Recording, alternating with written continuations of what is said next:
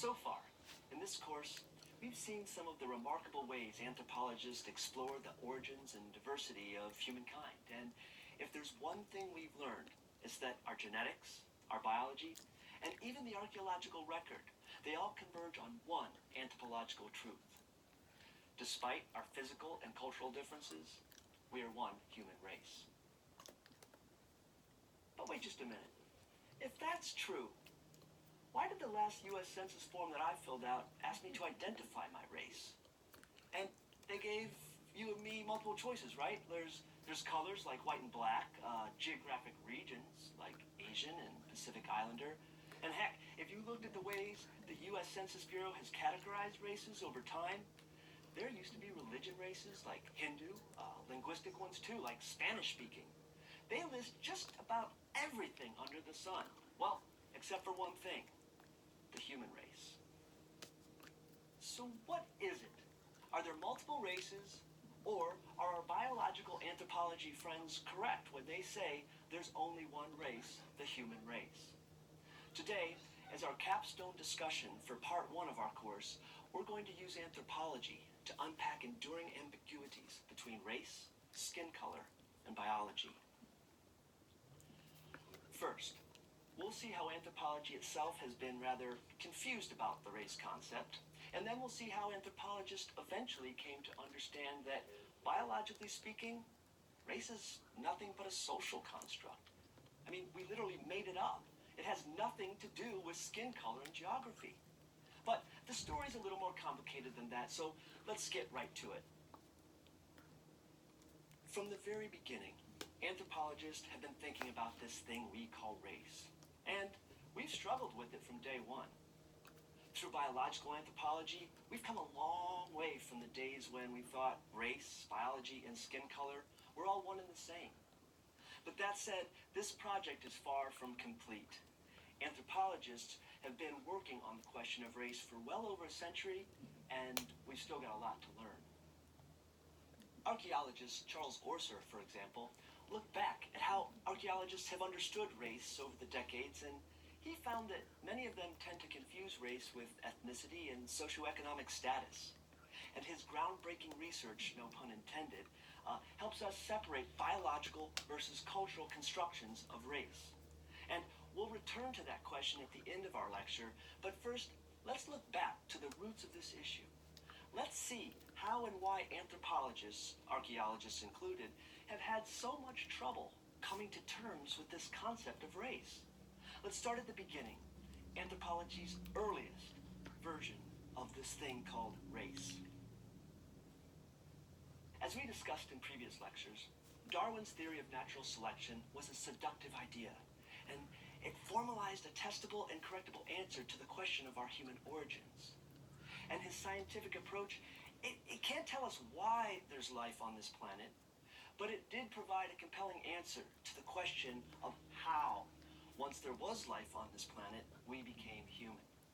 Actually, his book On the Origin of Species, it didn't exclusively focus on human origins. His theory explained how all species emerged. Anyway, in the early days of anthropology, Darwin's ideas about the biology of evolution proved so convincing that a lot of leading thinkers of the time, they started to apply this idea far beyond the scope of biology.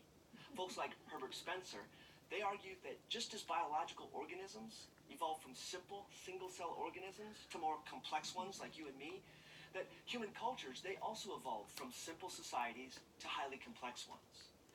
And their assertion was clear. Humans evolved culturally from savage to civilized. And this idea of social evolution, or social Darwinism as Spencer described it, it became a popular explanation for the diversity of humankind across the globe. Think about this. Darwin's book comes out in the mid-1800s, just as the world he's living in grows smaller and smaller. I mean, as the close of the transatlantic slave trade transitioned into the dawn of European empires, people in Darwin's age were exposed to new and diverse world cultures. And inspired by Darwin's ideas on biological evolution, social Darwinists used evolution as a way to explain human diversity and to classify people and cultures across the globe.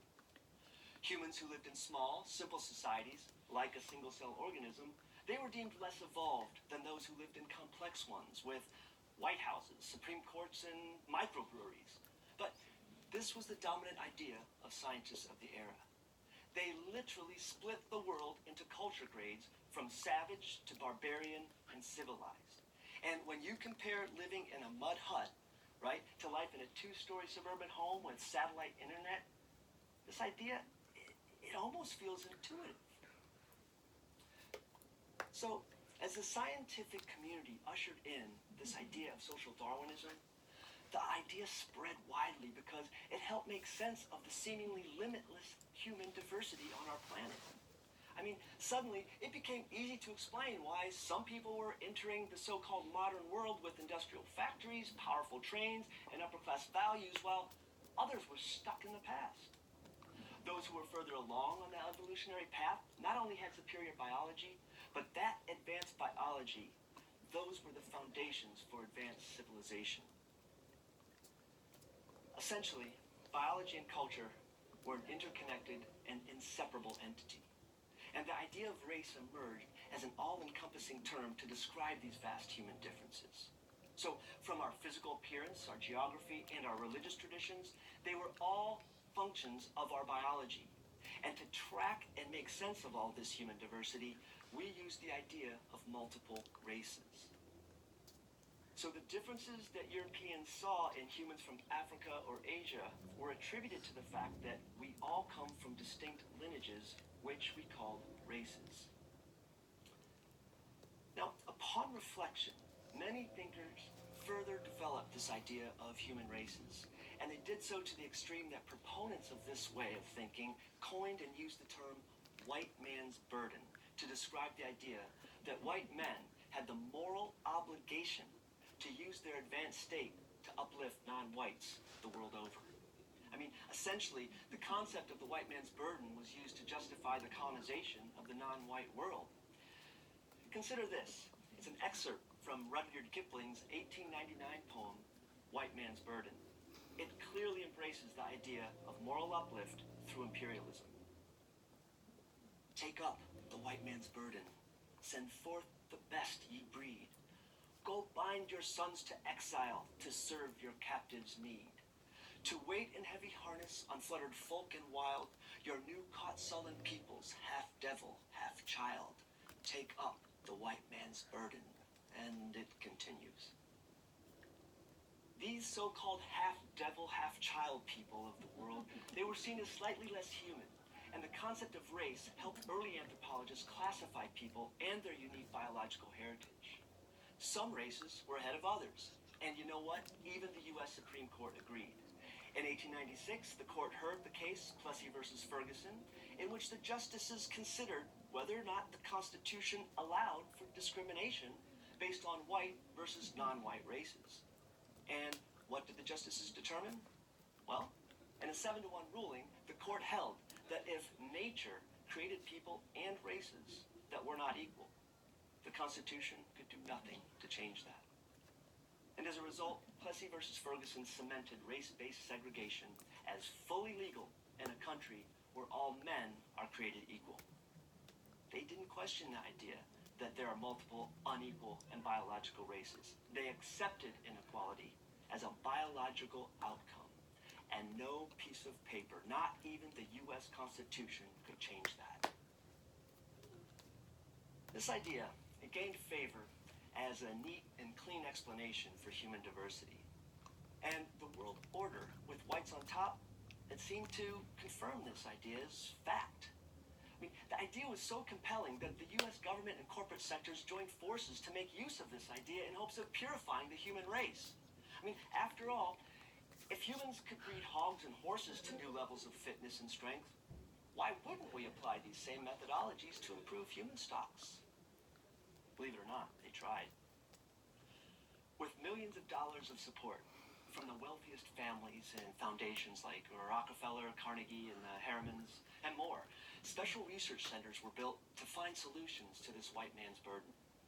And in 1904, for example, the Station for Experimental Evolution, it was established at Cold Spring Harbor on Long Island.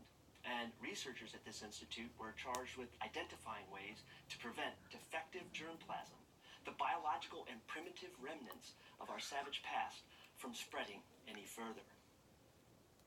And it's the eugenics creed that helps clarify this mission, and I'll quote, "I believe that I am the trustee of the germplasm that I carry, that this has passed on to me through thousands of generations before me, and that I betray the trust if, that germplasm being good, I so act as to jeopardize it with its excellent possibilities or from motives of personal convenience to unduly limit offspring."